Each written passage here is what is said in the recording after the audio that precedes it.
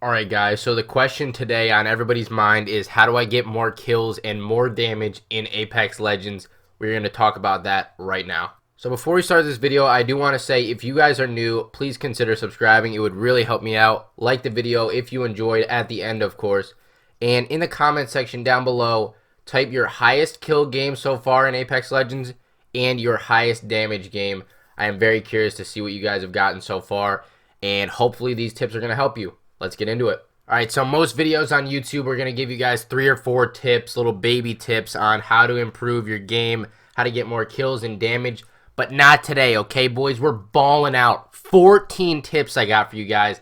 This is no little league game. We're in the majors now, okay? These tips are going to help you get more kills and damage in Apex Legends. Hopefully get you that 20 kill badge and that 4K damage badge.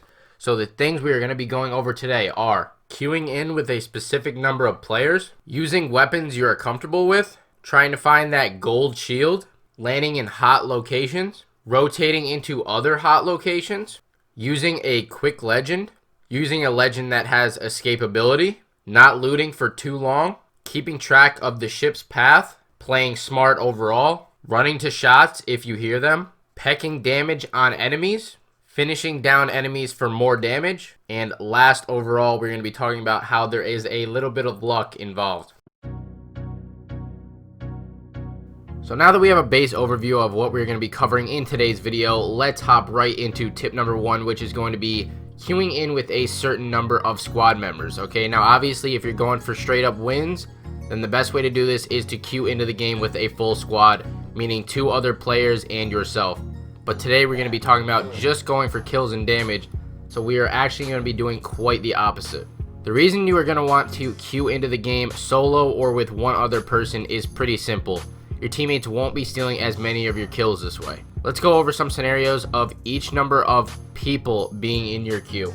So let's say you queue into a match solo. This means you have no one in your squad with you when you start up the game. You're going to get paired with random teammates, and the teammates you get matched with will most likely not be as good as you are, first of all. Secondly, you don't really have to worry about them stealing your kills because they will be doing their own thing.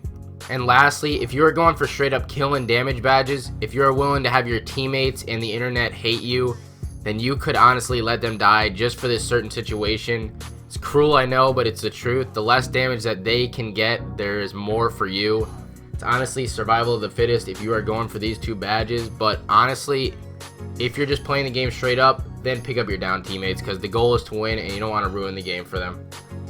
Alright, so now let's say you got one other person in your lobby, you're queuing into a duo game. This means that there's one other person in your squad when you start up the match.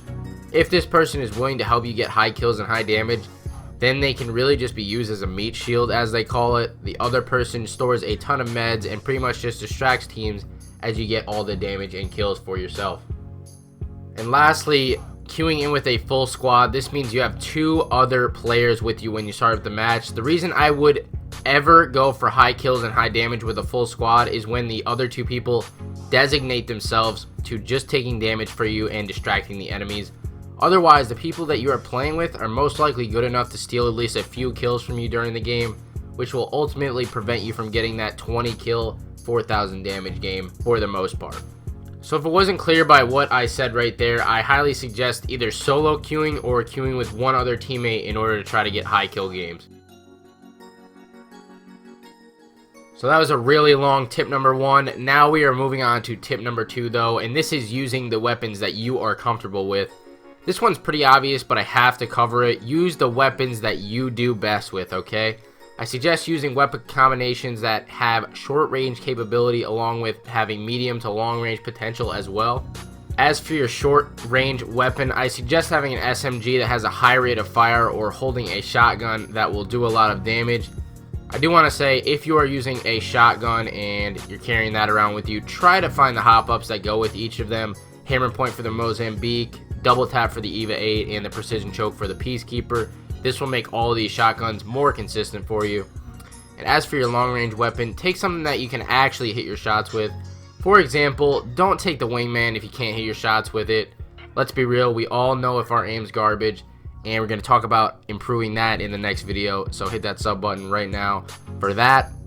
Anyways, If you want to try out some of my favorite combos, I tend to gravitate towards the R99 in the Peacekeeper, R301 and the R99, or the R99 and the Wingman. Now, if you couldn't tell by all those combinations, I really do believe that the R99 is the best weapon in the game, and that is why I pick it up so often. So if you see one laying around, definitely try and pick it up and use it.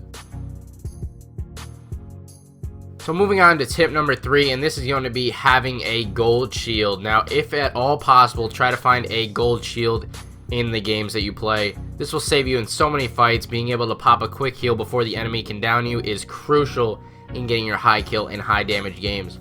Also, when you do find that gold shield, try to stack up on a ton of shield batteries and medkits, as you can pop them in very short periods of time and give yourself that extra 100 health or 100 shield.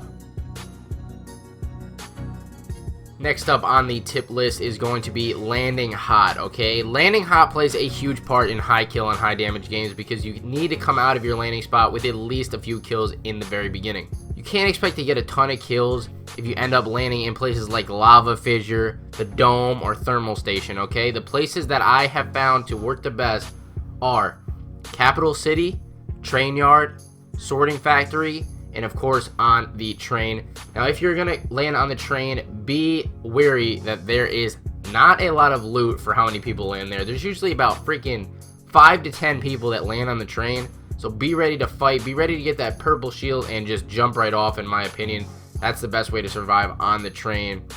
As for Capital City, it's right in the middle of the map along with Train Yard and Sorting Factory. Don't land on the edge of the map. It's gonna be tough for you to rotate into other areas, which is what we're going to get into right now. So I pretty much just led into this tip, and this is going to be rotating into other hot areas. Now, once wiping out all the enemies in your landing area, you're going to want to rotate into an area where people are still going to be fighting at. There's still going to be action going on in these spots.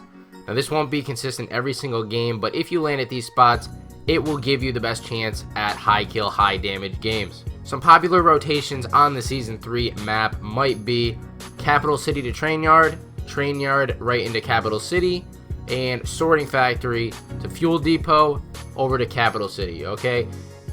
It really depends where you hear the shots though, so this could be different every single game, but these are some rotations that I found to be helpful.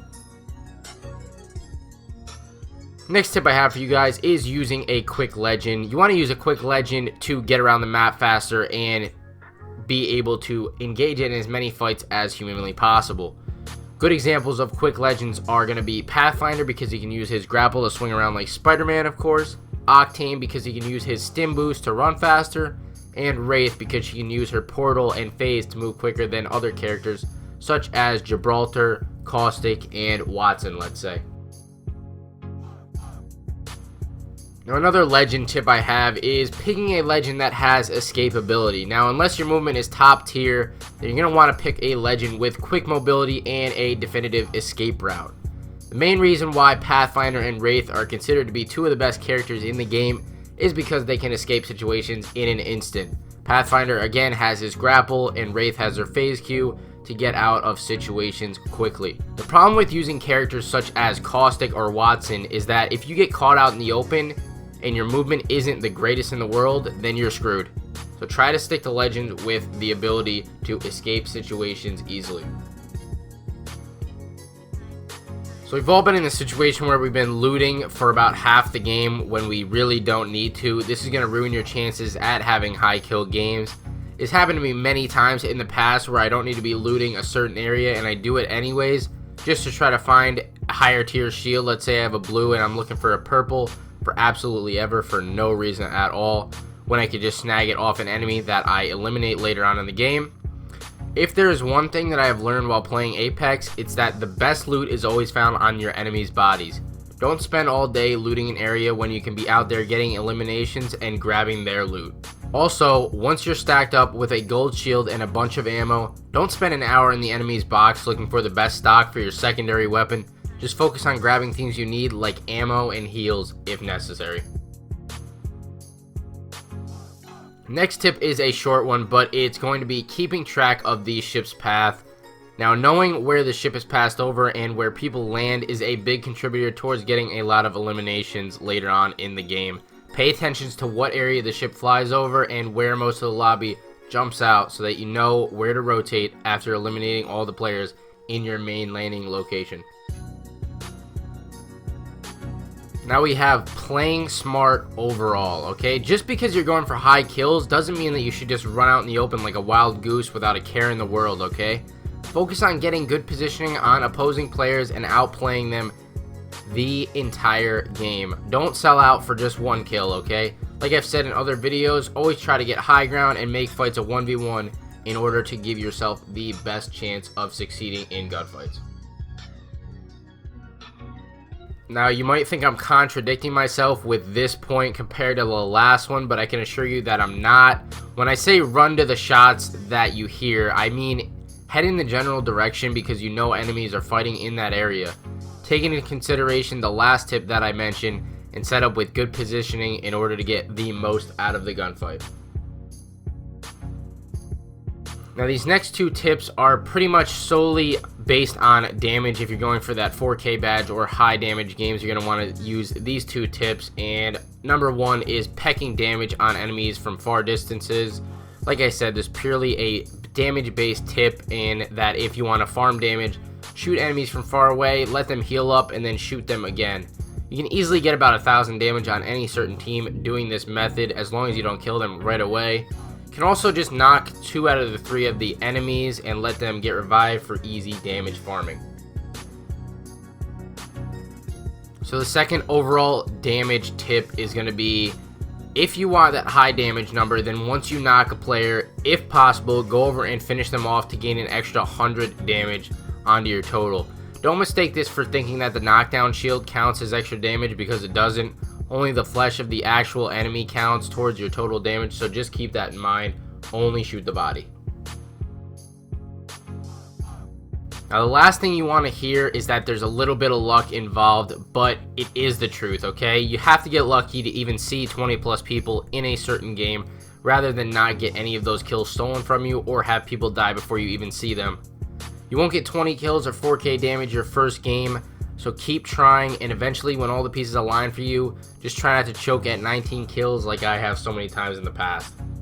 So that's all 14 tips on how to get more kills and more damage. I hope you guys have a wonderful day, and peace out.